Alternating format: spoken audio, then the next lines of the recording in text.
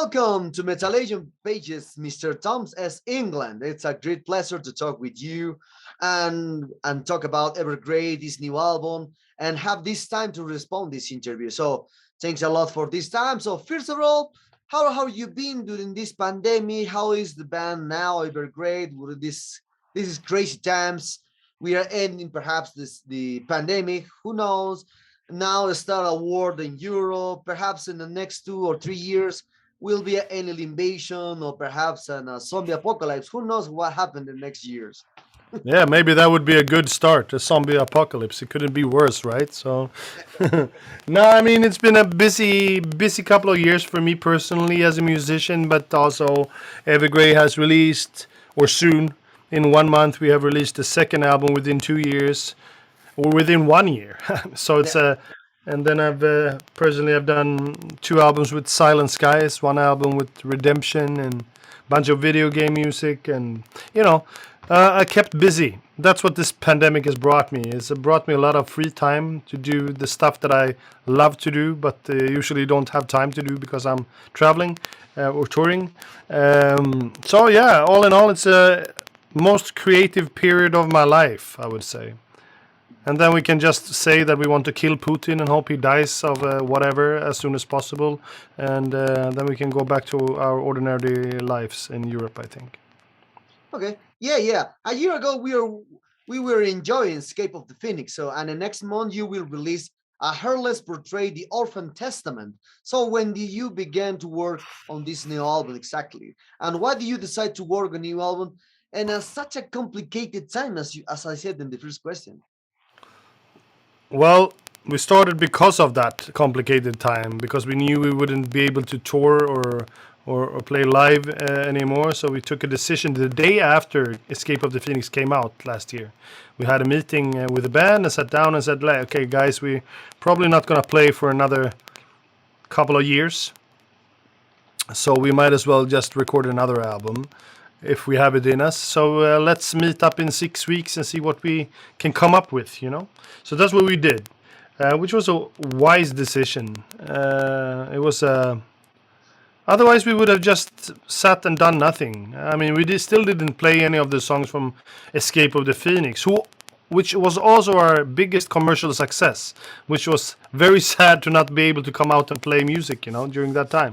But we still didn't play that music, so we get to do that now instead. Play on two highly successful albums, which is it's great for the audience. They get the two for the price of one.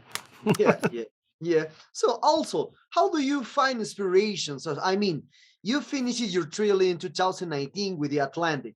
And Yeah. after that, we were surprised by one of the best albums of the last year, Escape of the Phoenix, a live album. And now this new album, A Heartless Portrait of the Orphan Testament, people may think that after several releases in a short period of time, Evergreen may lose some quality in the music. So, but after listening to Save Us and checking the last album, it seems that you are delivering another strong album. Yeah, thank you. I mean, it we never compromise on the quality of the music. If we weren't 100% satisfied with the music, then we wouldn't have released it. If we felt 1 year ago and 6 weeks forward that no, we couldn't come up with the material, then we wouldn't have stressed to release anything. But it made sense for us to do so because of the reasons I told you before, but also because we switched labels and we figured, yeah, this is a great way for us to sort of keep the momentum and also switch labels and feed on that success that we had with Escape of the Phoenix. And you know, so we would never compromise again with our music. It would never suffer from us stressing anything. We just had so much more time on our hands than we usually do, so why not use it, right? Yeah, yeah, yeah. So, Yeah. in addition to the previous question, so is this best period of time for band? What are the difference between this Evergrey and the one that released in Search of Truth in 2001 in terms of process of composition and recording process, for example? Also, in relating, how do you feel about this new release in comparison to the times when you released your first albums? Yeah, I mean, of course, the major difference is that it's 20 years ago, right? So, Yeah, so, yeah, and maybe 20 kilos away too. I don't know. But yeah, I mean, and also I never compare albums. That's usually a journalist job or the fans. They always compare, but it's fine. I'm all for it. But for me, I think at that time we recorded on tape.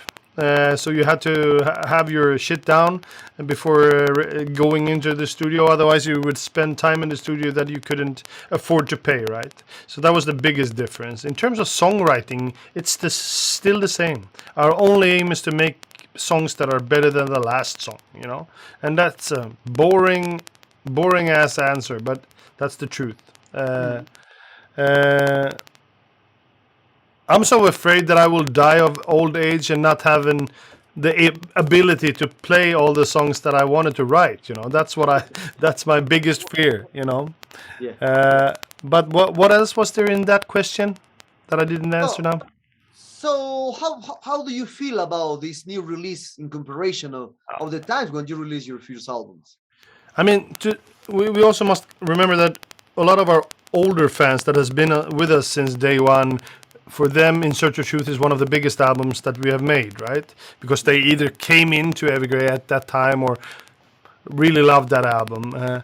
But from a commercial perspective, you know, if you count streamings and whatever, sales and stuff like that, one song on Escape of the Phoenix has more plays than In Search of the whole In Search of Truth album, right? So, so it's different. But the great thing about being in Evergrey right now is that all of the new fans coming in since the Hymns for the Broken album, we had a big uprise in following.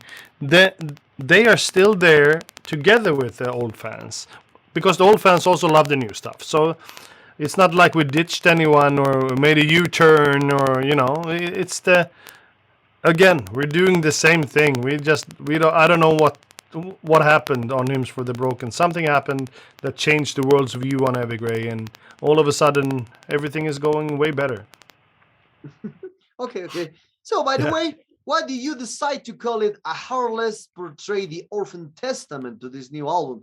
And how do you choose the new album's cover art? By the way, this is an awesome cover.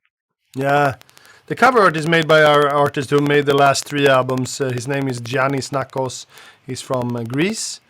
He's a fantastic artist, very intuitive, very knows what I want in terms of, you know, by me telling him about the lyrics and the vibe. That's the only thing I do, and then I let him play with whatever he wants to do with it, you know. And then we add and tweak some things, but it's him who is the artist. There's no point in me having if I don't have a fucking brilliant idea, I don't want to mess with his artistry. I want him to be the artist himself. What was the what was the rest of the question? Sorry. So, how do you choose the new album's cover art? Yeah. So as I said, that's what I let him do. He just goes with it. But as far as the title is a summary of my last 13 albums with Evergrey. As I would say, it's a heartless portrait. Is me talking about me in the context of the world at the time that I was at when I was writing the music. So for this heartless portrait, it's a sort of timestamp of the time of last year. This time last year, you know. So yeah. Okay. During the process of composition or recording this new album, which was the most difficult or funny song that you make for this new one? Because perhaps one that you have a lot of memories, but some people has this song special for this kind of reasons. Um, it's difficult because for me it was like keep on writing from the Escape of the Phoenix album. So for me it's all a mix in my head about what album did we write when. But I remember one of the newer influences into this album that we have is on the song Ominous, which is the third song, and it's quite probably like the darkest but most personal song to me. It's about bullying, and it's about how I was bullied as a kid, and how that affected my whole life, and who I became, and what it has done to me as a person, and how even I sing, the flames are gone and the heat is gone, but you're still feeling the pain. It's and that's what kids don't realize when bullying other kids in school, is that what they do at that time can really have effect on a person for the rest of their lives. So uh, but today I've turned that into strengths and things that make me stronger and striving, and I wouldn't have been an artist at all if that didn't happen. So Amazing, amazing. So something that I love from your songs are the guitar solos. It is mm. something really important for me because it must be, in my opinion, the most intense parts in the song. Unfortunately, nowadays I cannot find many bands in the great genre that care a lot about these aspects. So how do you work in order to achieve such a good guitar solos? I mean, for us, it's extremely important. We come from a generation where guitar solo is the shit, right? So, Yeah. so we've been brought up with.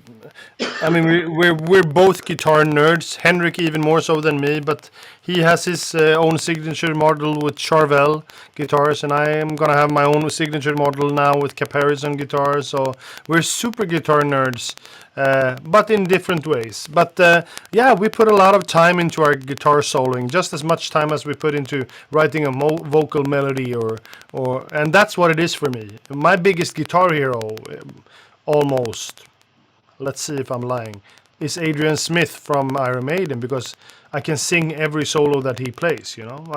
I know every note. So it's not, for me. It's not. I can play fast as fuck. That's okay. But for me, it's about writing a solo that is rememberable. It's about having it sound like a vocal line. It's like singing on an instrument for me. So yeah, and if you speak to Henrik sometime, he can describe what he thinks about guitar playing. He will talk a lot about guitar playing. Okay, okay. So what are your plans after releasing the album? Are there chances to see your touring here in Latin America, perhaps a North American tour, a European tour, perhaps, or perhaps who knows? Who knows? Yeah, I mean, we have a European tour that starts on the 16th of September, and we do like 6 7 weeks in Europe, and then we come back home and we have some more Swedish gigs and some other promotion activities, and then we're going to America. I think in North America, I think in March, and then of course South America is on the table always. We only been to Chile once. And I mean, we want to tour everywhere. I mean, we have 2 albums to promote now, so it's time to get out there. I mean, it's also depending on the pandemics, of course. If it's gone, or if it's allowing people to come, or whatever. Okay, after more than 2 years with this pandemic, it must has been difficult for Evergrey as with a lot of bands. How do you manage to keep the band together without the possibility of going off tour for a long time? So how this is situation in your country and the music industry now? I mean, for us, we just recorded more album and more music. For me, it's been the most creative period of my life. It's so in that aspect, it's been the best part of my life so far, because I've gotten the time to do all of those things that I never get the chance to do before. When we're touring. So Sweden was never closed or shut down. We always was open. We had some restrictions that we couldn't sit by each other, or uh, we couldn't have big concerts, but we had a good strategy for keeping the numbers low. Uh, and now the music world seems to sort of coming back. I don't know how it is where you are, but here all of the tours are on, and summer festival seems to be going on as usual. So we're just hoping that nothing. We don't hope to have a backlash of this now, because that would be devastating. Mhm. Okay. Okay. Changing the topic. This is something that I like to ask to experienced musicians like you, and of course to bands like Evergrey.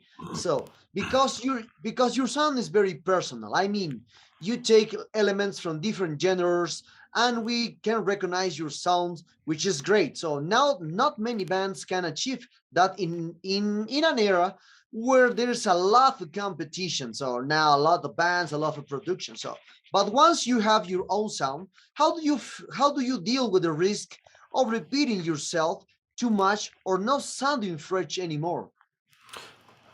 It's a it's only you have to make it interesting for yourself at all times.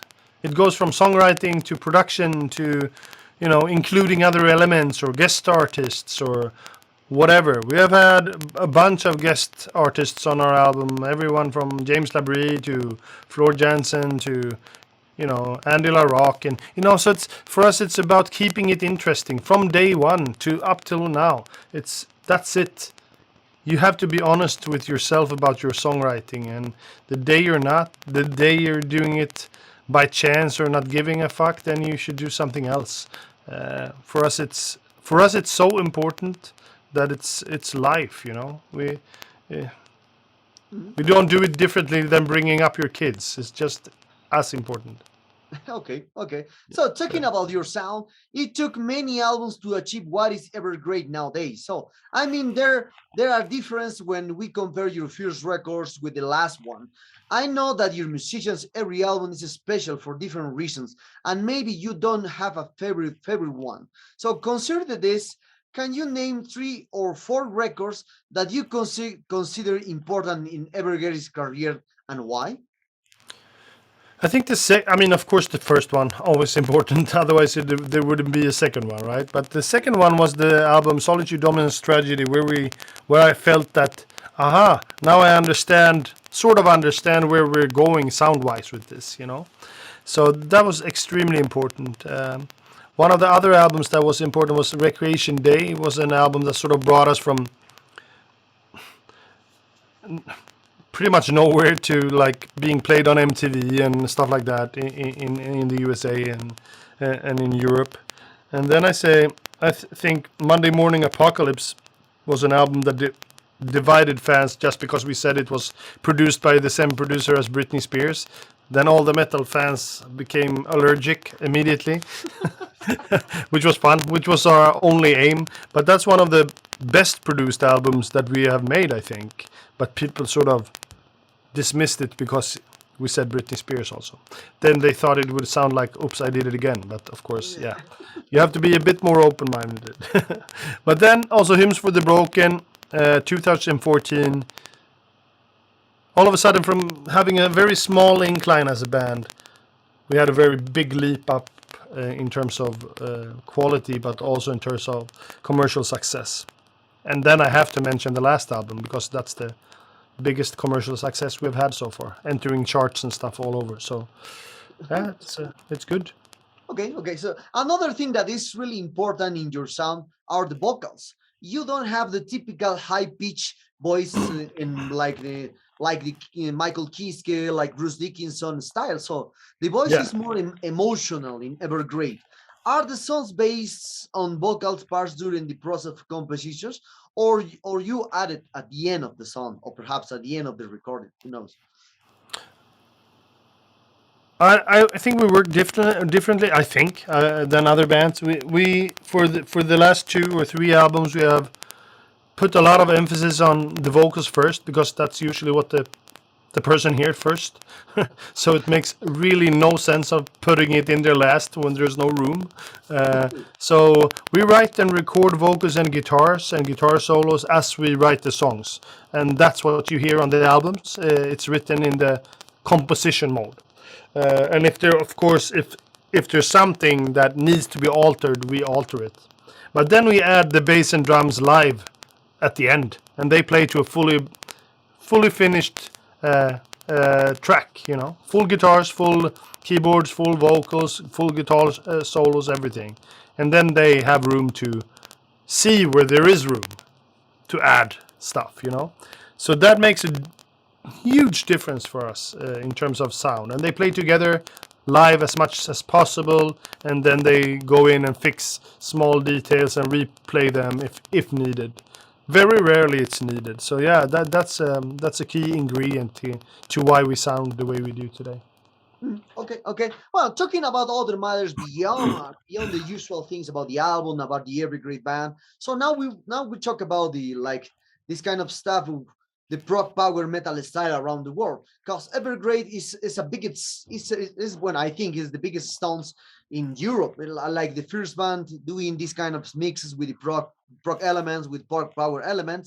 When you have a melodic elements, emotional voices, a lot of guitars, a lot of emotional riffs and solos of guitar solos too. But if we compare with the sound achieved from Symphony X, another big stone in American, like they're more stronger, they're more harder, they're more fast. So for you, what or what kind of difference do you find into the prog power from Europe than from prog power from America? But I think that's just it. I think Swedish band, like if you take Evergrey and whatever else, Leprous and Pain of Salvation and whoever else there is, it's always very melancholic, right? The melancholy is maybe doesn't work if you play super fast. You know, maybe it needs to have air and epicness and heaviness instead, and that's what I see as maybe is the difference. And I think that's for American bands in general, in every genre. They play fast. That's what they Yeah. like to do, and it's awesome. I mean, go take everything from Slayer to D-Side to Morbid Angel to, you know, to the Kill Switch Engage to Lamb of God, whatever.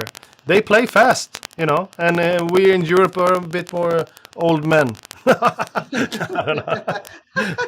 No, but I mean, compare our Iron Maiden to Metallica, for Yeah, instance, yeah, or you know, well, yeah, it's the same, right? It's yeah.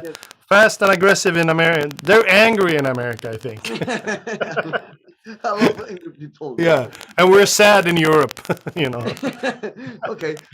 So other matter talking about the new forms of hearing music is this with the digital platforms. So now it's very easy to hear a new band or to hear an old discography from Evergrey into the digital platform. So with Spotify, Tidal, iTunes, this kind of stuff. But according to this, well, this is a great success for the music because it's very catchy or it's very easy to hear new music Yeah. all over the world. But the counterproductive thing is that with this new technology, the new generation especially prefers to hear one, two, three, or maximum four songs. Especially they love to do the playlist with one picking just one, two or so songs. So what is your opinion about now the digital platform is good or bad for the music, or perhaps it's both and what does one needs to do to improve or to encourage the listeners of all songs in an album? Because it's a huge difference, because I'm from the 80s. I prefer to hear the music or for complete albums, complete EPs, etc., etc. But now the things change in the music industry. Yeah, I mean, first it's I try to not be against things. I try to be pro other things. I'm pro evolution, and evolution right now is that people listen to it like this, you know. And people in your age and like my age, they will always listen to the full album, and they still do that on the digital platforms as well. I know because I have asked them if they only listen to one song here and there, or if they do all of the songs. But the young kids or the kids today, they listen like you said. They one song there, but that also means that they listen to more bands, right? So that maybe also leads them to get to Evergrey or to any other band, because they don't spend their time listening to only Killswitch Engage or Lamb of God. They also jump in these playlists and discover new music, and that is the positive side of things. I don't. I just one of the key aspects today also is that we sell more vinyls than we ever done. You know, all of our vinyl albums are sold out everywhere, which is so that's also saying that, you know, maybe the new generation appreciates that part of music listening. Mhm. So it's cool. I think it's a great combination now. People are hungry for music, and as long as they're hungry for music, I'm happy. You know, that's it.